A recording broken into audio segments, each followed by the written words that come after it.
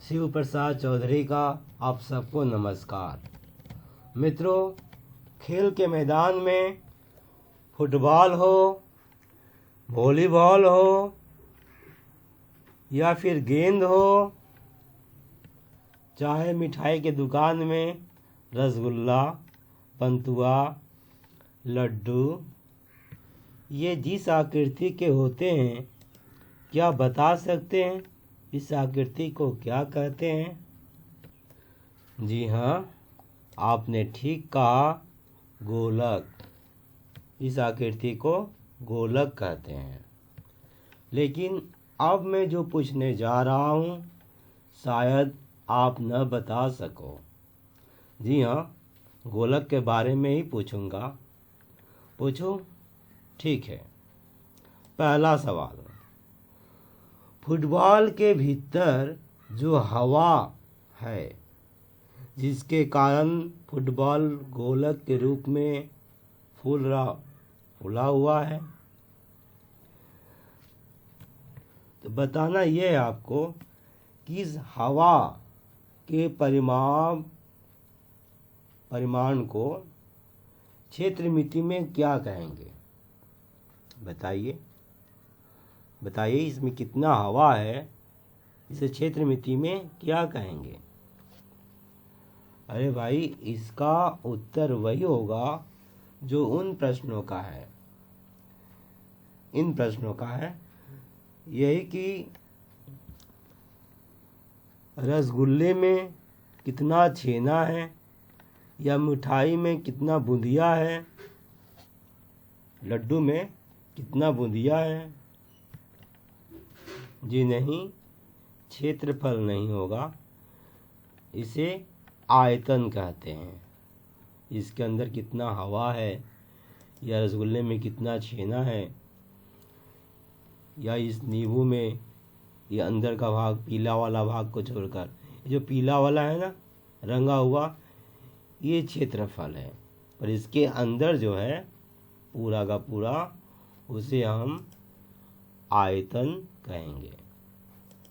ऊपर का क्षेत्रफल, अंदर कितना है, आयतन। ठीक है।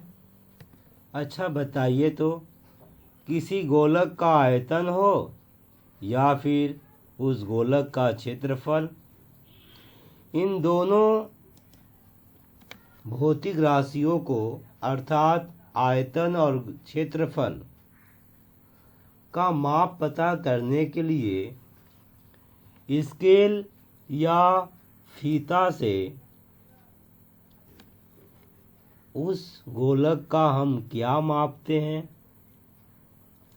जिसके बिना गोलक का आयतन और क्षेत्रफल नहीं निकाला जा सकता। जी हाँ, इस बार भी आप सबने सही पकड़ा। गोलक का अर्ध व्यास, जिसे आर कहते हैं, यही मापते हैं ना?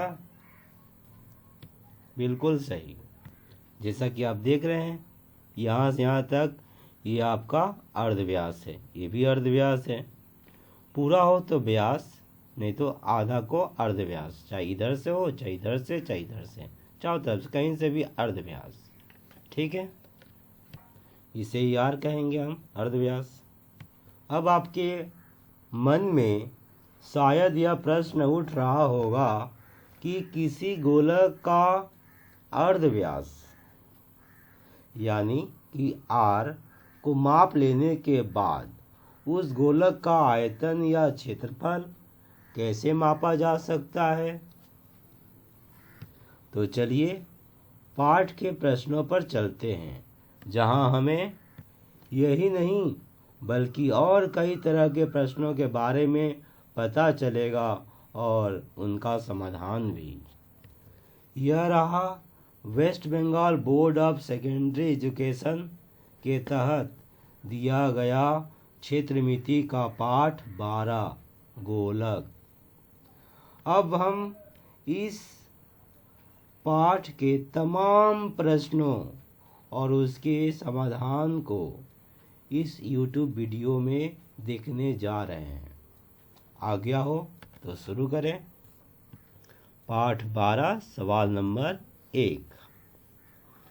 किसी गोलक का अर्धव्यास 10.5 सेंटीमीटर, ये गोलक देख रहे हैं, ये अर्धव्यास यहाँ से यहाँ तक 10.5 सेंटीमीटर होने से उसके समग्र तल का क्षेत्रफल ज्ञात कर लिखें। समग्र तल का क्षेत्रफल अर्थात इसके ऊपर का क्षेत्रफल, तो मित्रों 4 पाई आर स्क्वायर, ये सूत्र है।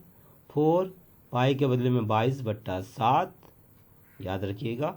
आर स्क्वायर मतलब 2r है, r गुना r, तो r का मान यहाँ पर क्या है 10.5 सेंटीमीटर, मतलब 21 का आधा, तो 21/2 सुविधा के लिए लिख दिए ताकि हम काट सके आसानी से। आप चाहे तो 10.5 गुना 10.5 भी लिख सकते हैं। अब 2 दूनी 4, 4 से 4 काट दिए, 7 यहाँ 21 3 बार में। अब हम 21 को 3 से गुना करेंगे, 3 एकम 3, 3 दूनी 6, 63 वो 22 से गुना कर दिए, 3 दूनी 6, और अब ऐसे क्रॉस में गुना करेंगे, 3 दूनी 6, 6 दूनी 12 जोड़ देंगे, तो यहाँ 28 का 8, 8 में 2 हो गया, 3 दूनी 6 और 6 दूनी 12 जोड़ लीजिए, 18 हो गया, 3 दूनी 6, 6 दूनी 12, 18 का 8, 8 में 1, 6 दूनी 12, 1 13, ये हो गया आपका। अब चाहे तो 2 लाइन में भी गुना कर सकते हैं, तो 1386 1386 वर्ग सेंटीमीटर, क्षेत्रफल को हम इकाई में वर्ग लिख देंगे, तो वर्ग सेंटीमीटर ये हो गया। किसी गोलक का अर्धव्यास 10.5 सेंटीमीटर होने से, जब माप कर देखें हम 10.5 सेंटीमीटर, तो उसके समग्र तल का क्षेत्रफल, इसमें समग्र तल मतलब पूरा तल, एक ही तल होता है गोलक में, वक्र तल, ठीक है, तो वक्र तल का क्षेत्रफल भी बोलता है, तो वही उत्तर होता। अब हम पाठ 2 की तरफ सवाल नंबर 2 में चलते हैं। चिड़िया उड़ा देते हैं, ये देखिए चिड़िया उड़ गया। सवाल 2, किसी चमड़े का बॉल तैयार करने में, मतलब गेंद, 17.5 रुपया प्रति वर्ग सेंटीमीटर के हिसाब से 431 रुपया 20 पैसा लगेगा, तो बॉल का व्यास ज्ञात कर लिखें। यहाँ पर गौर करें, अर्धव्यास नहीं व्यास पूछा है, मतलब कि 2r है ना। तो यहाँ पर जो खर्च हो रहा है, पूरा खर्च हो रहा है आपका 431 रुपया 20 पैसा, मतलब पूरा का क्षेत्रफल होगा, 1 वर्ग सेंटीमीटर का क्षेत्रफल इतना है, इससे इसमें भाग करेंगे तो बॉल का क्षेत्रफल निकल जाएगा। तो बॉल का क्षेत्रफल 431 रुपया 20 पैसा भागा 17 रुपया 50 पैसा, या बॉल का क्षेत्रफल अब यहाँ लिख देंगे 4 पाई आर स्क्वायर बराबर 431 रुपया 20 पैसा को 17 रुपया 50 पैसा से भाग करेंगे, तो यह 0 0 कट जाएगा, माइनस दशमलव कट गया, तो 4312 और 175 हो गया। अब हम यहाँ पर मान बैठा देंगे, पाई का मान 22/7, 4 गुना 22/7, चूँकि हमें व्यास ज्ञात करना है, व्यास नहीं मालूम है, तो आर का मान उसी तरह रहेगा, बराबर इसको लिख दिए। अब हम इसे काट देंगे, तो ऊपर ऊपर हम काट सकते हैं, तो चलिए काटते हैं, पेंसिल से काटिएगा। पहले हम 4 से काटेंगे इसको, 4 एकम 4, 3 नहीं जाएगा तो 0, फिर 4 7 28, 29 30 31, 3 बचा 32 हो गया, 4 8 32, तो 4 से 1 कट गया। अब हम यहाँ पर देख रहे हैं 2 बार है, तो 11 से काट दिए, 11 दूनी 22, इसको जब काटते हैं तो कितना हो रहा है, 11 9 99, बचा कितना 107 में से 99 जाएगा तो 8, तो 11 8 88, ये हो गया। फिर 98 2 से कट जाएगा, 2 चौके 8 और 2 9 18, तो 49 बचा ऊपर में। नीचे में कितना है आपका अब 7 से 175 काट देंगे, 7 दूनी 14, तो 3 बचा, 7 बचा 35, 25 49/25। आर स्क्वायर बराबर 49/25। तो आर बराबर क्या होगा, स्क्वायर के यहाँ रूट कर देंगे, इस तरफ जाएगा तो स्क्वायर यहाँ हटाएंगे तो यहाँ रूट हो जाएगा। तो 49/25 का रूट, तो 49 का 7/5। तो ये हो गया आर का मान 7/5। -7/5 प्लस 7/5 दोनों होता है। तो आर का मान माइनस में नहीं होगा, प्लस में ही होगा, इसलिए हमें एक ही लिखना है 7/5। आर का मान 7/5। ये तो अर्ध व्यास हो गया। पर अब पूछा गया बॉल का व्यास, तो व्यास यानी कि 2r बराबर, तो 7/5 में 2 से गुना कर देंगे, 2 से गुना कर दिया गया। 7 दूनी 14/5 और 14/5 को 5 से हम दशमलव ला दिए, तो 5 दूनी 10, 4 बचेगा, दशमलव लगाकर 0, 15/40, 2.8 सेंटीमीटर। तो ये हो गया आपका पाठ सवाल नंबर 2 पाठ 12 का। समझ में आ गया? चिड़िया उड़ा देते हैं। अब तीसरा नंबर सवाल,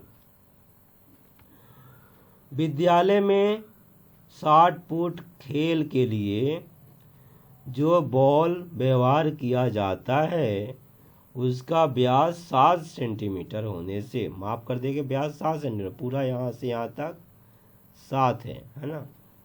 बॉल में कितने घन सेंटीमीटर लोहा लगा है ज्ञात करें। जो लोहा खेल फेंकते ना, गोल लोहा, तो वो गोल है। तो ये जो पूरा 7 है, हमें तो सवाल में क्या पूछा, कितना घन सेंटीमीटर लोहा लगेगा, मतलब इसके अंदर कितना लोहा लगेगा। उस पर का क्षेत्रफल तो पूछा नहीं है, अंदर कितना लोहा है, तो आयतन होगा, तो बॉल का आयतन। ये सूत्र याद रखें, 4πr³ 4πr³ या फिर 4/3 πr³, ऐसे भी लिख सकते हैं आप। तो ये हुआ आयतन। तो यहाँ पर r का मान चाहिए, तो यहाँ पर दिया हुआ 2r का मान, तो r होगा 7/2 अर्धव्यास। आगे मान बैठाते हैं, 4/3 गुने 22/7, पाई की जगह 22/7 गुना r³ 3 बार लिखेंगे, 7/2 को 3 बार, 7/2 7/2 गुना 7/2 हो गया। अब काट दें पेंसिल से। तो यहाँ पर 2 से कट जाएगा 11 बार में, जो कम 2 तो कम 2, 7 से 7 कट गया, 2 दूनी 4, इस 4 से ये 4 कट गया, ऊपर बचा 7 7 11 और नीचे बचा सिर्फ 3। तो 7 7 49, 49 में 11 गुना करेंगे, या 11 7 77, 77 में 7 गुना कर दीजिए, तो आएगा 539। तो 11 77, 77 में 7 गुना करके देख लीजिए, 7 7 49 का 9, हाथ में 3, 7 7 49, 50 51 52। देखिए फिर से 7 एकम 7 7 77 ना, या 11 7 77 में 7 से गुना कर रहे हैं, तो 7 7 49 का 9, हाथ में 4, फिर 7 7 49 50 51 52 53। ठीक है। अब इसे हम 3 से भाग करते हैं, 3 एकम 3, 2 बचा, 3 उतारेंगे, 3 7 21, 2 बच गया, 9 उतारें, 9 3 27, 2 बच गया। तो 179.2/3 घन सेंटीमीटर पूरा हो गया। चिड़िया उड़ा दें।